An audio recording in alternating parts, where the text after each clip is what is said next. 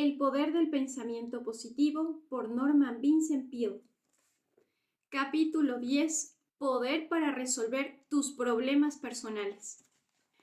Ahora me gustaría hablar de ciertas personas afortunadas que encontraron la solución a sus problemas.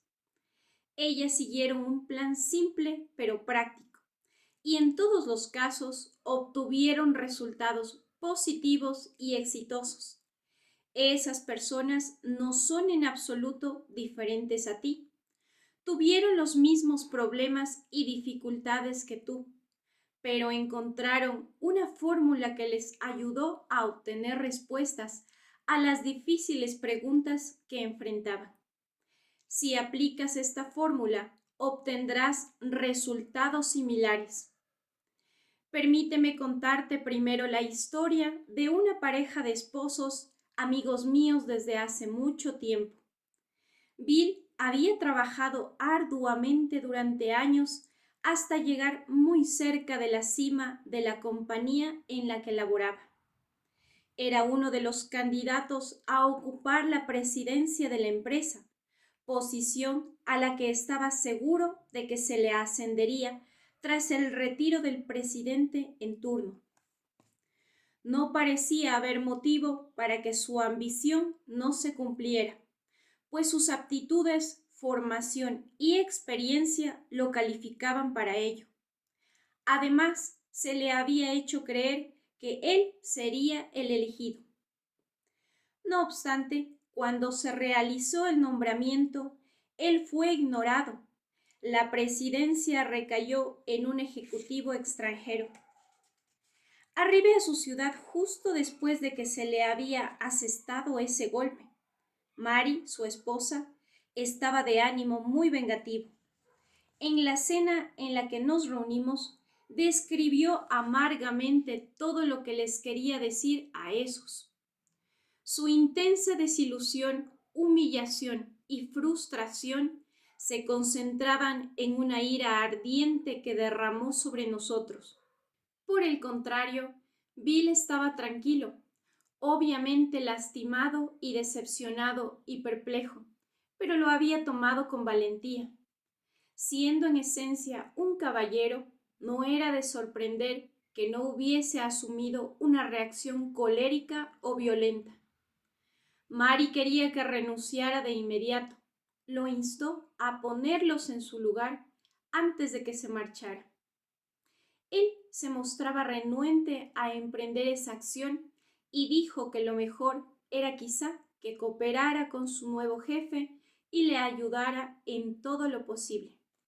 Desde luego que esta actitud sería difícil de adoptar, pero él había trabajado tanto tiempo en esa compañía que no se sentiría a gusto en otra parte, además de lo cual pensaba que podía seguir siendo útil a la organización en un puesto secundario. Mary se volvió hacia mí y me preguntó qué haría yo.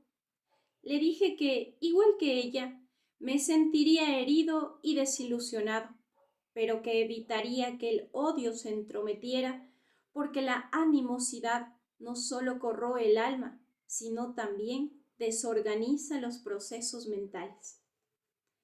Sugerí que precisábamos de la guía divina, de una sabiduría más allá de nosotros en esa situación.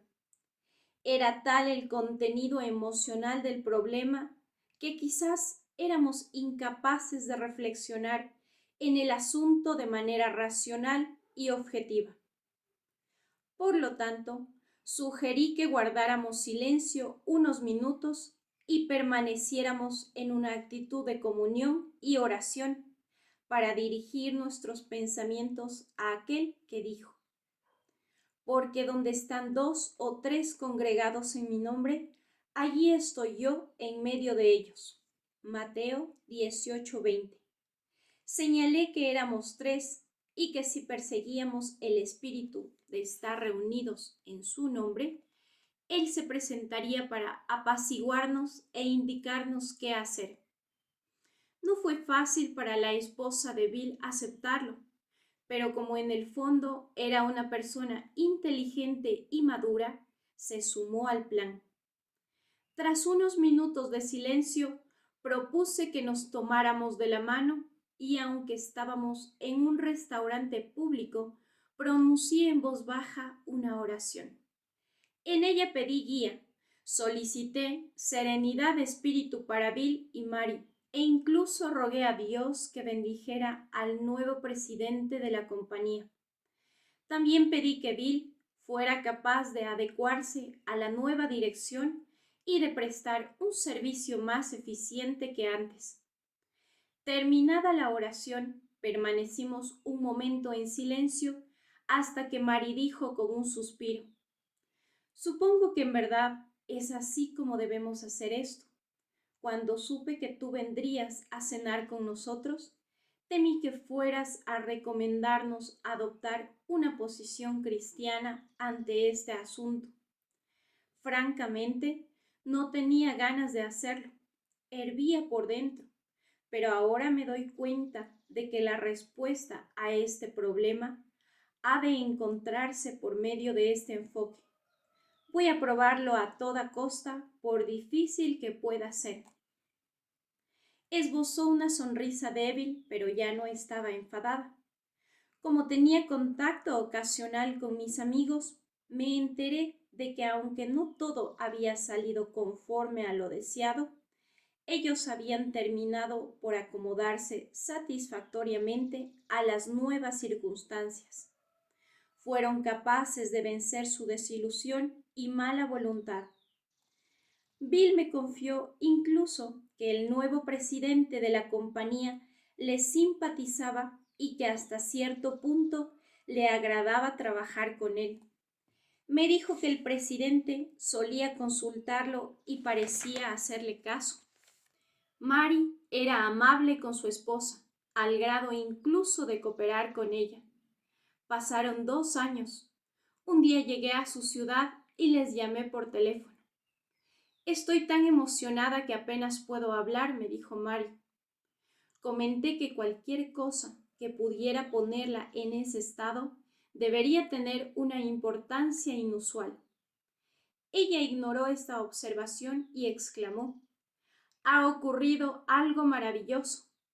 El presidente de la compañía de Bill fue elegido para dirigir otra, en la que ocupará un puesto especial».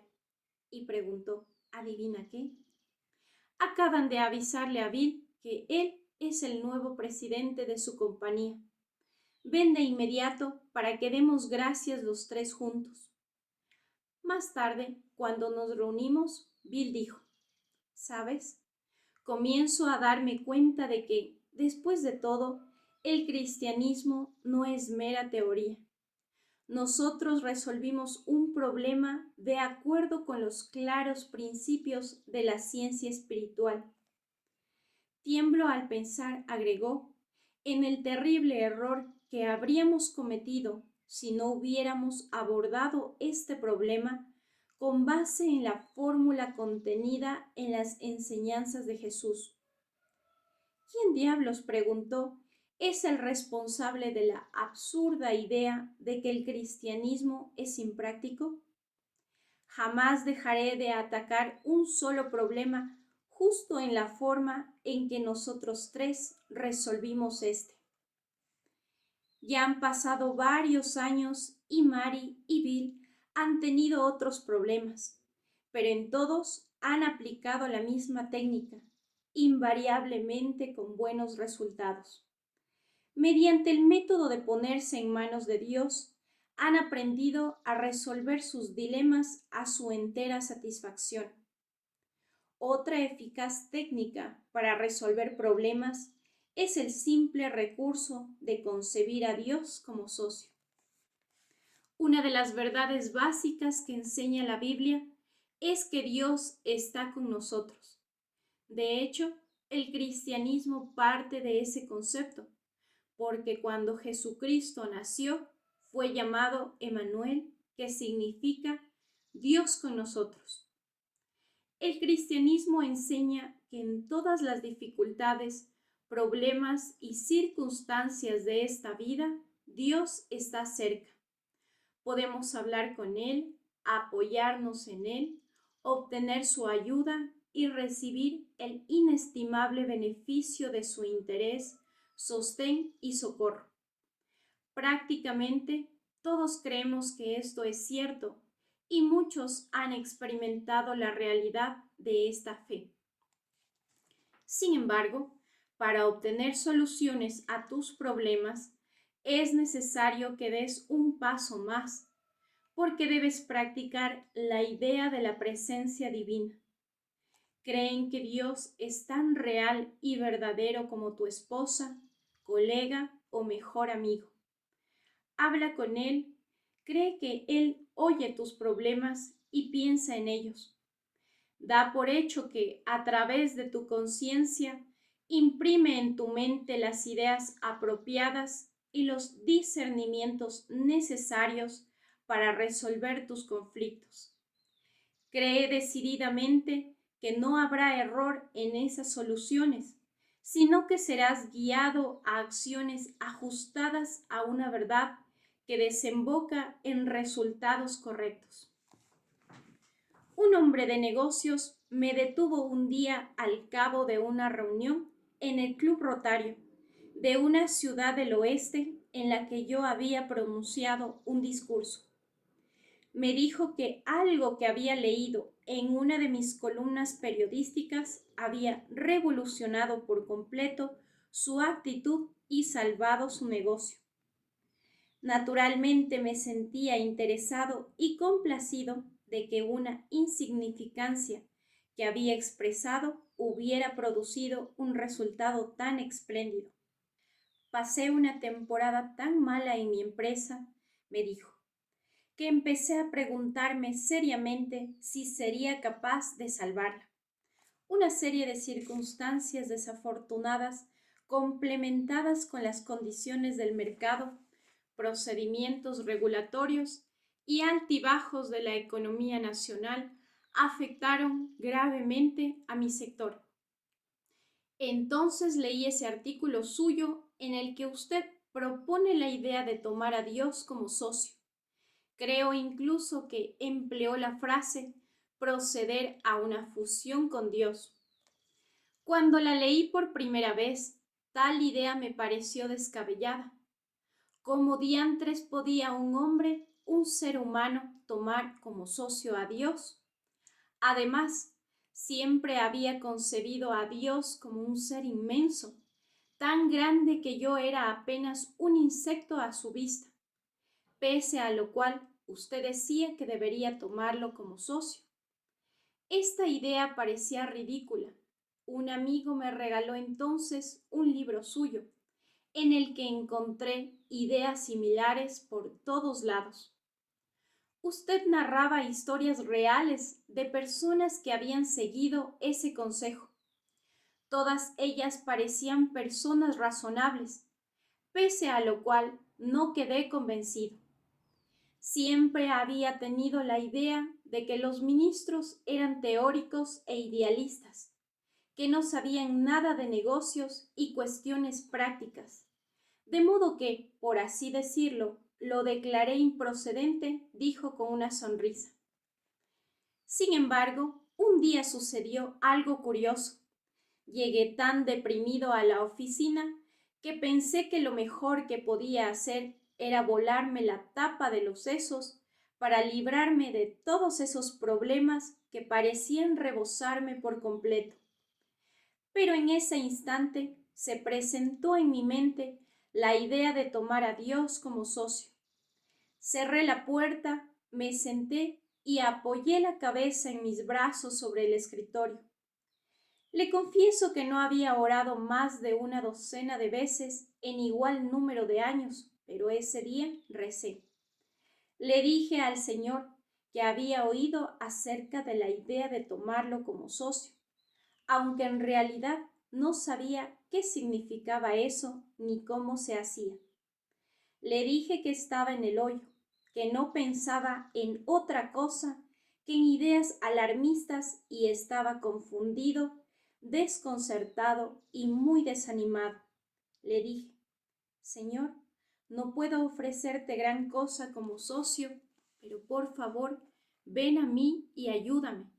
No sé cómo me puedas ayudar, pero quiero que me auxilies. Así, hoy pongo mi empresa, a mí mismo, a mi familia y mi futuro en tus manos. Todo lo que digas será bueno. Ni siquiera sé cómo me dirás qué hacer, pero estoy listo para oír y seguir tus consejos, si tú me lo comunicas. Bueno, continuó, esa fue mi oración. Cuando terminé de rezar, me incorporé en mi escritorio. Supongo que esperaba que ocurriera un milagro, pero no pasó nada. Sin embargo, de repente me sentí descansado y tranquilo. Tuve una sensación de paz. Ni ese día ni esa noche sucedió nada fuera de lo ordinario, pero al día siguiente llegué a la oficina sintiéndome más feliz y radiante que de costumbre. Estaba seguro de que todo saldría bien. Es difícil explicar por qué me sentía así, si nada había cambiado. De hecho, podría decirse que incluso las cosas habían empeorado, aunque yo era diferente, al menos un poco. Esta sensación de paz fue duradera y me hizo sentir mejor. Rezaba todos los días y hablaba con Dios como lo habría hecho con un socio. No eran rezos de iglesia, solo una plática entre hombres. Un día en que estaba en mi oficina, de pronto brotó en mi mente una idea, como un pan que saltara del tostador, me dije. ¿Pero qué sabes acerca de esto? Porque era algo que no se me había ocurrido nunca, mas supe al instante que era el método a seguir. Ignoro por qué nunca antes había pensado en eso. Supongo que mi mente estaba demasiado paralizada. Mi cabeza había dejado de funcionar. Seguí de inmediato mi corazonada. Hizo una pausa. No, no fue una corazonada. Era mi socio el que me había hablado. Puse al instante en operación esa idea y las cosas empezaron a mejorar. En mi mente fluían nuevas ideas y pese a las malas condiciones, volví a estabilizar mi negocio. Ahora la situación ha mejorado en forma considerable y ya estoy fuera de peligro. Entonces dijo, no sé nada del ministerio religioso ni de hacer el tipo de libros que usted escribe, o de hecho cualquier otro tipo de libro, pero permítame decirle esto. Siempre que tenga la oportunidad de hablar con hombres de negocios, dígales que, si toman a Dios como socio, obtendrán más buenas ideas de las que son capaces de utilizar y podrán convertirlas en beneficios. Y no me refiero solo al dinero, aunque un modo de obtener un buen rendimiento de la inversión es disponer de ideas guiadas por Dios. Dígales que el método de asociarse con Dios es la mejor manera de resolver sus problemas. Este incidente es solo una de muchas demostraciones de la espléndida forma en que opera la ley de la relación entre Dios y los seres humanos en lo relativo a asuntos prácticos. Nunca podré enfatizar demasiado la eficacia de esta técnica para resolver problemas. Ha producido resultados fabulosos en los muchos casos sometidos a mi consideración. En el muy importante rubro de la resolución de problemas personales, resulta valioso darse cuenta, antes que nada, de que el poder de resolverlos es inherente a ti. Segundo, hay que elaborar y ejecutar un plan. La ausencia de planes espirituales y emocionales es una de las más obvias razones de que muchos individuos no resuelvan en forma exitosa sus problemas personales. Un ejecutivo me confió que él se vale para ello de las facultades de emergencia del cerebro humano. Sostiene, no sin razón, que el ser humano posee facultades extra por aprovechar en situaciones de emergencia. En la conducción ordinaria de la vida, esas facultades de emergencia permanecen latentes, pero en circunstancias extraordinarias, la personalidad es capaz, si es necesario, de ofrecer una facultad extra cuando se le invoca. Quien desarrolla una fe funcional no permite que esas capacidades permanezcan dormidas, sino que en proporción con su fe pone en juego muchas de ellas en sus actividades normales. Esto explica que algunas personas muestren mayor fuerza que otras, tanto en los requerimientos diarios como en una crisis.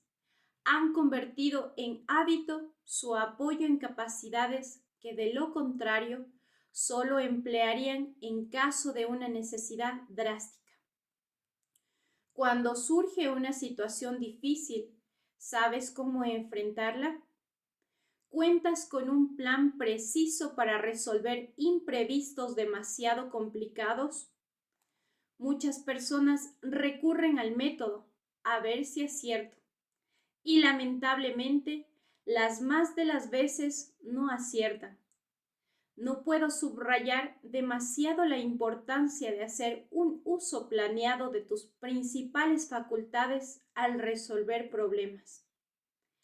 Además, que 2 o 3 oren juntos conforme a la técnica de entregarse a Dios, de asociarse con Él y de hacer un plan para aprovechar las facultades internas de emergencia. Hay todavía una excelente técnica más, la de practicar actitudes de fe. Yo llevaba muchos años leyendo la Biblia cuando por fin se me ocurrió que lo que ella trataba de decirme era que si tenía fe de verdad, podría vencer todas mis dificultades, enfrentar cualquier situación, superar cada derrota y resolver todos los inquietantes problemas de mi existencia. El día que comprendí eso fue uno de los más trascendentes, si no es que el más importante de mi vida.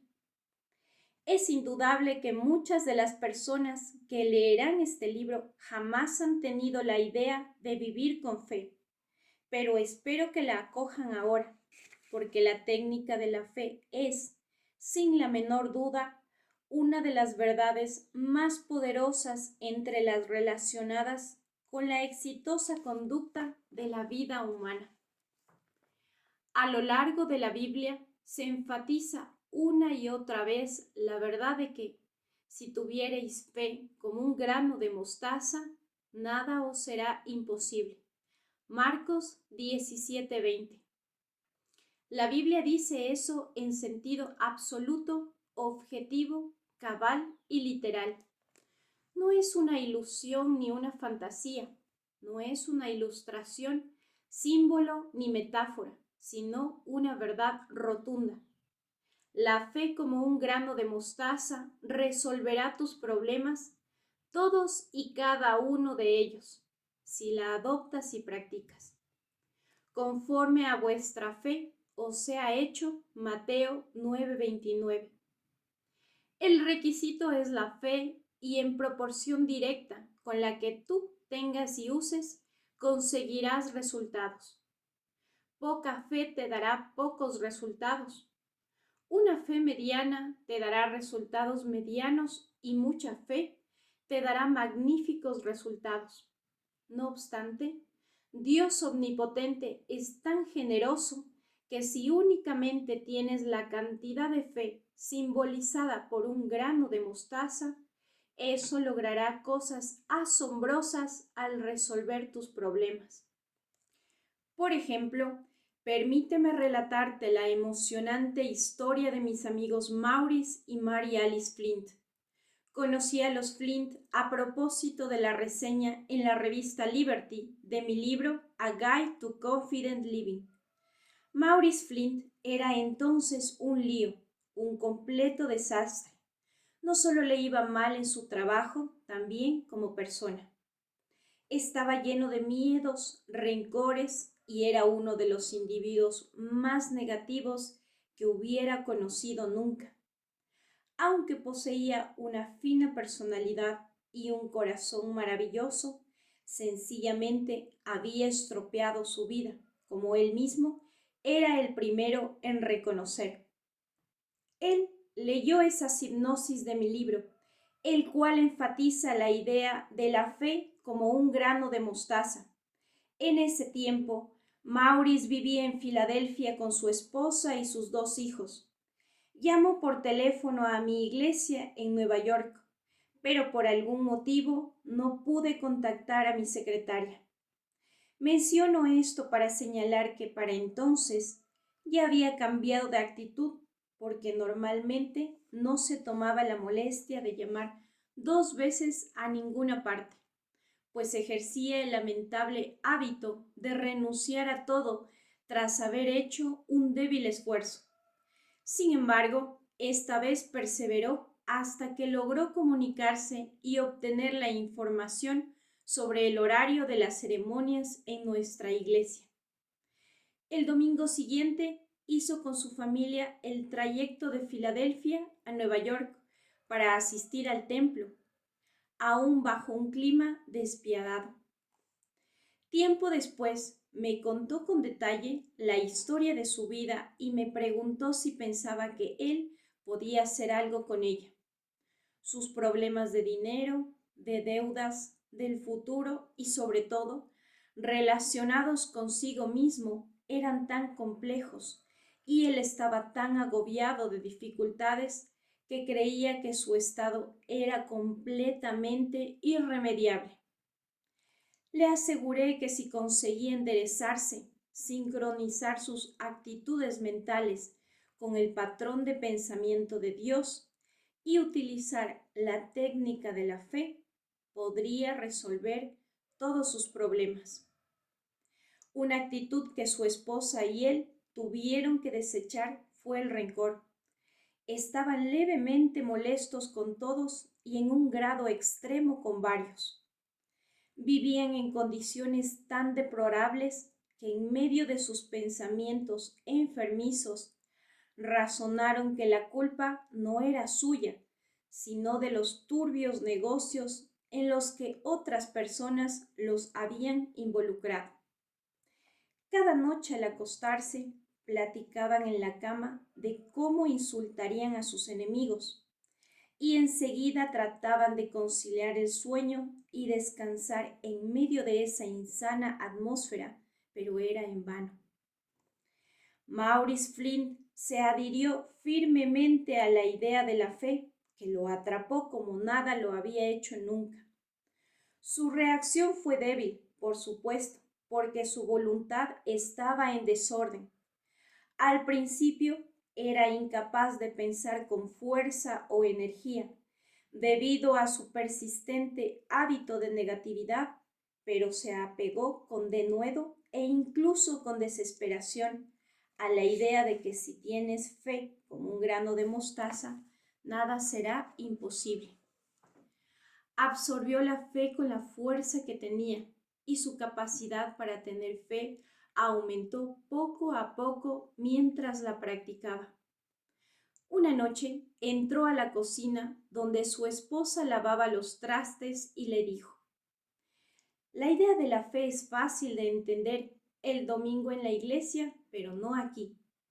Se me escapa por completo. Así que se me ocurrió que si llevaba un grano de mostaza en la bolsa, podría tocarlo cuando la idea empieza a desvanecerse y esto me ayudaría a tener fe». Preguntó entonces a su esposa: ¿tenemos granos de mostaza o solo son algo que se menciona en la Biblia? ¿Hay granos de mostaza en la actualidad? Ella se rió y dijo: «tengo unos aquí, en un frasco». Sacó uno y se lo dio. «Pero, ¿no te das cuenta, Maurice?», añadió Mary Alice, «que no es necesario que tengas un grano de mostaza de verdad. Es solo el símbolo de una idea». «No sé nada de eso», replicó él. «En la Biblia dice un grano de mostaza, y eso es lo que quiero». Tal vez necesite el símbolo para tener fe. Miró la semilla en la palma de su mano y dijo asombrado: ¿Esta es toda la fe que necesito? ¿Una cantidad tan pequeña como este diminuto grano de mostaza? Lo mantuvo un momento ahí y luego se lo metió a la bolsa diciendo: si puedo tocar esto durante el día, me mantendrá trabajando en la idea de la fe. Sin embargo, la semilla era tan pequeña que la perdió y tomó una nueva del frasco, solo para perderla también. Un día en que perdió un grano más, se le ocurrió esta idea. ¿No era posible meter la semilla en una pelota de plástico? Podría llevar esa pelota en la bolsa o en la leontina siempre, para que le recordara que, si tenía fe como un grano de mostaza, nada sería imposible para él. Preguntó a un supuesto experto en plásticos cómo podía insertar un grano de mostaza en la pelota sin que produjera burbujas. El experto dijo que tal cosa era imposible, por la mera razón de que no se había hecho nunca, la que desde luego no era ninguna razón en absoluto. Para ese momento, Flynn tenía ya fe suficiente para creer que si tenía fe como un grano de mostaza, podría meter un grano en una pelota de plástico. Se puso a trabajar en eso, le dedicó varias semanas y al final tuvo éxito. Elaboró varias piezas de joyería de fantasía, un collar, un prendedor, un llavero, una pulsera y me las envió. Eran bonitas y en cada una de ellas relucía una esfera traslúcida con un grano de mostaza dentro.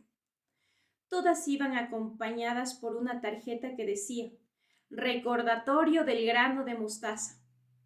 Asimismo, ahí se indicaba cómo usar esa pieza, que el grano de mostaza le recordaba al usuario que si tenía fe, nada es imposible. Maurice me preguntó si pensaba que esos artículos podrían comercializarse. No soy experto en tales materias, así que se los mostré a Grace Order, integrante del consejo editorial de la revista Guidepost. Ella se los llevó a su vez a nuestro mutuo amigo Walter Jobin, presidente de la Bonwit Teller Department Store, uno de los principales ejecutivos del país, quien advirtió al instante las posibilidades de ese proyecto. Imagina mi asombro y deleite cuando en los periódicos de Nueva York, días después, apareció un anuncio a 2 columnas que decía: símbolo de fe, un genuino grano de mostaza encerrado en brillante cristal dota una pulsera de verdadero significado. El anuncio incluía el pasaje de las Escrituras: si tuviereis fe como un grano de mostaza, nada os sería imposible. Mateo 17:20. Estos artículos se vendieron como pan caliente.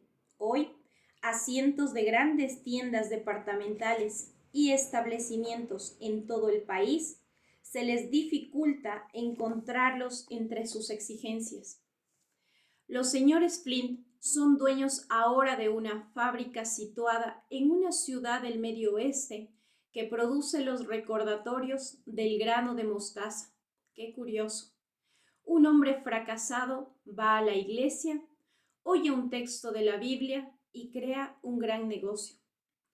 Quizá tú harías bien en escuchar más atentamente la próxima vez la lectura de la Biblia y el sermón en la iglesia.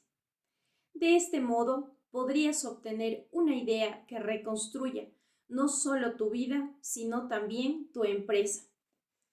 En este caso, la fe dio origen a una compañía fabricante y distribuidora de un producto que ha ayudado y ayudará a miles y miles de personas.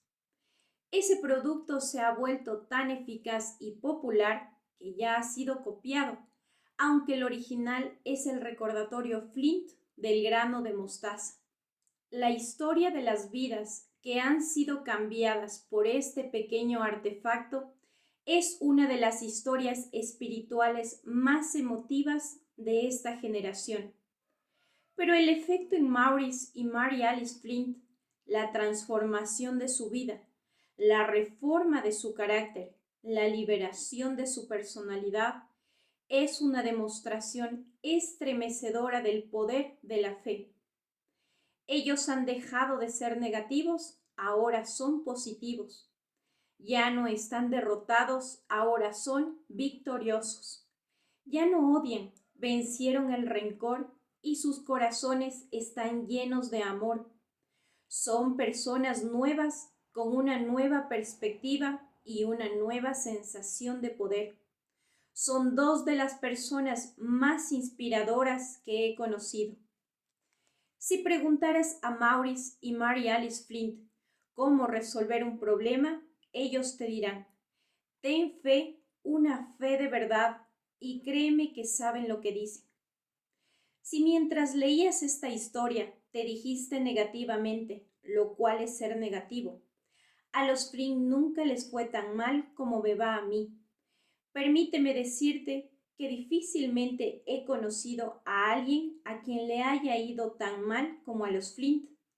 Y déjame añadir que, por desesperada que sea tu situación, si como hicieron los Flint, usas las 4 técnicas que se esbozaron en este capítulo, tú también podrás resolver tus problemas. En este capítulo mostraré varios métodos para resolver un problema. Ahora deseo ofrecer 10 sugerencias simples como una técnica concreta por usar en general en la resolución de tus dificultades. 1. Cree que cada problema tiene una solución. 2. Conserva la calma. La tensión obstruye el flujo del poder mental. Bajo estrés, tu cerebro no puede operar con eficiencia. Aborda tu dilema con serenidad. 3. No intentes forzar una solución. Mantén relajada tu mente para que la respuesta se manifieste y esclarezca por sí sola. 4. Reúne todos los datos de manera imparcial, impersonal y juiciosa. 5. Enlista los hechos en una hoja. Esto aclarará tu pensamiento porque dispondrá los diversos elementos en un sistema ordenado. ¿Ves tan bien como piensas? El problema se volverá objetivo, no subjetivo. 6. Reza en relación con tu problema y afirma que Dios iluminará tu mente. 7. Cree en y busca la guía de Dios con base en la promesa del Salmo 73. Me has guiado según tu consejo. 8. Confía en la facultad del discernimiento y la intuición. 9. Asiste a la iglesia y permite que tu subconsciente trabaje en el problema mientras rindes culto. El pensamiento creativo espiritual tiene un poder increíble para dar las respuestas correctas. 10. Si sigues estrictamente estos pasos, la solución que desarrolles en tu mente o que se te presente será la adecuada a tu problema.